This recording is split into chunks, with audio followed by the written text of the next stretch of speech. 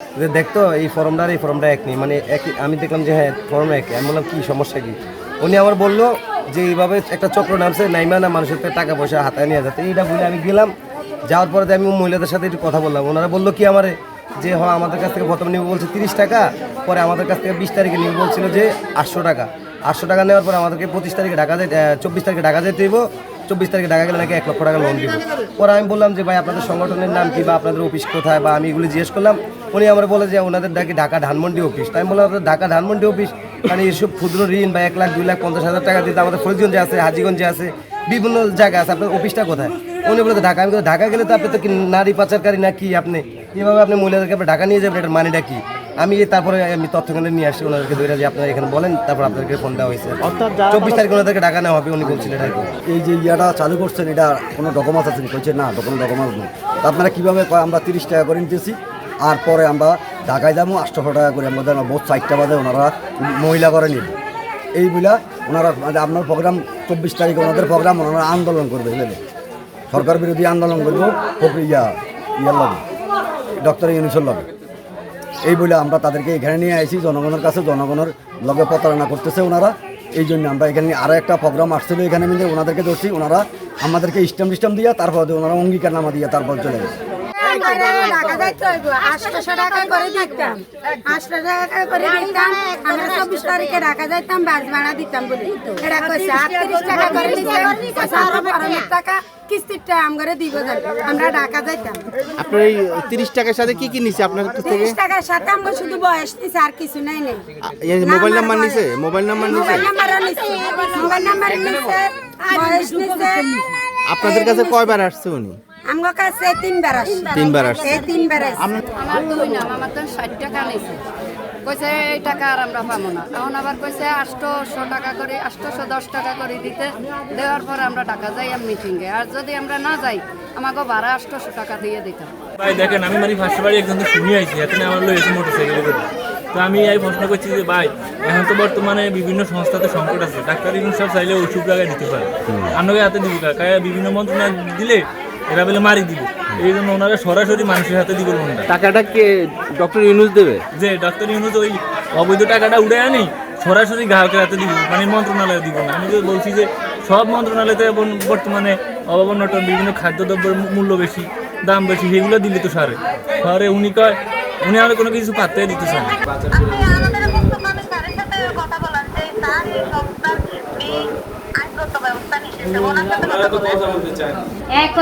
এখন ওনারা আমাদেরকে বলতেছে এটা কে আমাদেরকে কইছে এই কাজ করতাম, এবং আপনি কার আন্ডারে কাজ করেন, আপনার কে সহযোগিতা করতেছে কাজ করার জন্য।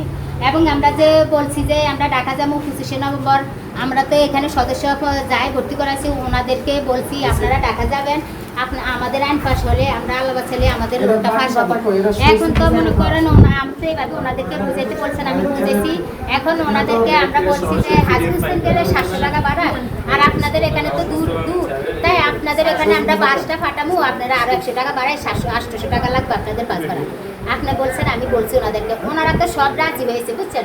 এখন আমরা এখানে মিটিং দিছি, দেওয়ার পরে আমাদের এখানে একজনই বলতেছে ওই যে সাত্তারমি আছে না, ওই যে আপনার সাথে আমি বলছি আন্টি, ওই লোকটা আসি ওনাদেরকে 50 টাকা না কত টাকা করে নিয়েছে, নেওয়ার পরে ওনার থেকে ওই এখানে ফটো অফিসে ওনারা দেয়, ওনার থেকে সব কাগজপত্র এমনকি টাকা পয়সা রাখি দিচ্ছে। হ্যাঁ, এখন উনি তো ওই ওই মাধ্যমে ওটার মাধ্যমে ওনারা বলতেছে আপনাদেরকে তো এই এলাকার কোনো সদস্য ভর্তি করে নিছে, ওনাদেরকে তো আমরা ই করছি, অনেক রিপ্রেজেন্ট করছি, এখন আপনারা কার মাধ্যমে আসছেন?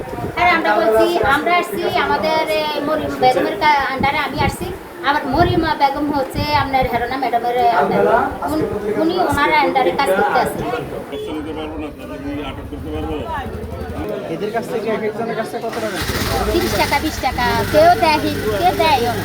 আপনি সদস্য কতদিন পর ওদেরকে দেন? এটা আপনার আমরা নভেম্বর 25 তারিখে কি ঢাকা যাবো, ঢাকা যাওয়ার জন্য ওনাদের সদস্যদের আমি এখানে ভর্তি করেছি, ওনাদেরকে বলছি আমরা নভেম্বর 25 তারিখে ঢাকা যাবো। ঢাকা যাওয়ার মনে করেন আমরা তো এখান থেকে হাজগঞ্জ যাইতে তো 200 টাকার ভাড়া, 200-250 টাকার ভাড়া এখান থেকে যাইতে। তারপরে আমি বলছি যদি আপনারা ঢাকা যান সদস্যরা, আমাদের এই আইনটা আমরা আরো 2বার গেছি ঢাকা, আমাদের আইনটা ফাঁস হইতেছে না, যে আমাদের সদস্য কম দেখে আমাদের আইনটা ফাঁস করাইতেছে না। এখন ডক্টরের নিচে বলছে আপনার সদস্য কম নিয়ে আসছেন, আপনি কার লগে কইছে ওনার আমার সাথে ওনারে মানে করেন ইসমাইল স্যার আছে ওনার সাথে বলছে, উনি হচ্ছে ঢাকার কার সাথে ওর আম্মার নাম কি? মরিয়ম বেগম। আর ওনার আমার সাথে স্যারের কথা বলে না, মানে ইসমাইল স্যারের সাথে কথা বলছে। জমা দিলে আপনি কত টাকা না কোনো টাকা ওনাদের থেকে আমি কোনো টাকা নিব না, শুধু ওনাদের নাম, আইডি কার্ড, ছবি, সরি নাম, মোবাইল নাম্বার, আইডি কার্ড হয়েছে, নাম, মোবাইল নাম্বার, বয়স, এই তিনটা জিনিস আমি ওনাদের থেকে নিতে ওরা কি কারণে দেবে? এটা নিতেছি। ওনারা এই ফর্মগুলো নিয়ে ওই আমার এই যে মরিয়ম বেগম ওনার কাছে আমরা এগুলো জমা দিই। মরিয়ম বেগমের সাথে আপনার সাথে পরিচয় কিভাবে? মরিয়ম বেগমের পরিচয় হচ্ছে আমি ওই ওনারা এগুলা ওনার সদস্যরা ভর্তি হয়েছে, ওই সদস্যরা আমারে ওনার কাছে নিয়ে গেছে। নিয়ে যাওয়ার পরে ওনার সাথে আমি কথা বলছি যে আপনারা যে এই যে কাজ করেন এটা কি বৈধনি? হ্যাঁ বৈধ, কোনো সমস্যা নেই, আমরা আইনগত ব্যবস্থা নিয়ে ওরা কাজ করতেছি এবং কি আমাদের উপরে ছাড় হবে। আমি 20 টাকা, 30 টাকা, 50 টাকা, 100 টাকা? না 20 টাকা 50 টাকা এগুলা নেই।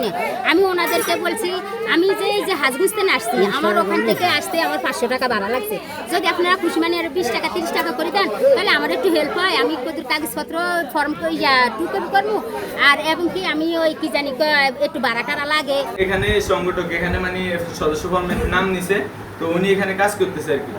তো উনি বলতেছে যে এখানে একটা মিটিং দাও, মিটিং এর মাধ্যমে সবারই তুমি বুঝে দিও যে ওনারা কেউ এটা বুঝতেছেন। হ্যাঁ, তো আমি বলছি যে আচ্ছা ঠিক আছে সমস্যা নাই, আমার আজকে একজন নাই, তাহলে আমি আজকে যাই, এটা বলছি। তো আজকে আমি এখানে আসার পরে ওনাদেরকে সবাই বোঝানোর মাধ্যমে হ্যাঁ ওনারা সবাই বলতেছে যে হ্যাঁ আমরা বুঝছি এটা কি নিয়ে কাজ করতেছেন। এমনকি সবাই বলছি যে আপনার কাছ থেকে কেউ কোনো টাকা পয়সা নিছে বা আমরা কোনো টাকা পয়সা নিছি, বলতেছে না। ওনাদেরকে আপনি চাইলে জিজ্ঞেস করতে পারেন সদস্যদেরকে যে আমরা কোনো দুর্নীতি করছি কিনা আপনাদের এইদিকে এসে, হয়তো আগে কেউ করছে। হ্যাঁ, ওনাদেরকে ইয়ে করে আমাদেরকে আটকাইছে, এটা ওনাদের দায়িত্ব যে আমাদেরকে ইয়ে করছে। চাঁদপুর হাজীগঞ্জে কোনো অফিস নেই, আমাদের মেইন অফিস হচ্ছে আপনার ঢাকা, ধানমন্ডি, ওই যে ইয়াতে। আচ্ছা, এই যে ফর্মটা, এই ফর্ম কিসের? ওই যে অন্যান্য এনজিও সংস্থার মতন সদস্য ফর্ম অন্তর্ভুক্ত করেছেন, একটা ফি নিচ্ছেন বা ওদেরকে লোন দিবেন বা ওদের কাছ থেকে এখানে এরকম কিছু? আচ্ছা, মানে এখানে আপনারা কি কাজ করেন সেটা বলেন।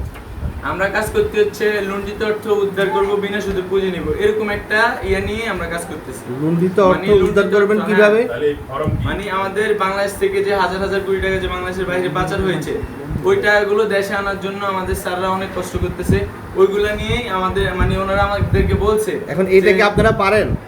হ্যাঁ। এটা কি কোনো ব্যক্তি এনজিও বা ব্যক্তি কোনো সংগঠনের সম্ভব?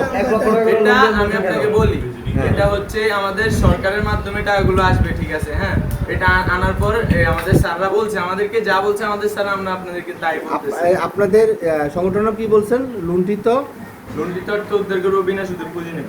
বুঝে নিব। আচ্ছা, আপনারা কিভাবে সদস্য সংগ্রহ করেন? সদস্য সংগ্রহ করেন কিভাবে? সদস্য সংগ্রহ করে এই যে মানুষের বাড়ি বাড়ি গিয়ে, কি সদস্য ফর্ম দিয়ে? হ্যাঁ এই যে সদস্য ফর্ম কত আছে, সদস্য এখানে- ফর্ম কত? সদস্য ফর্মে এখানে আছে 20 জন করে নাম। হ্যাঁ, মানে ফি আছে? কি আছে? ফি আছে? না, ফি নেই, কোনো ফি নেই।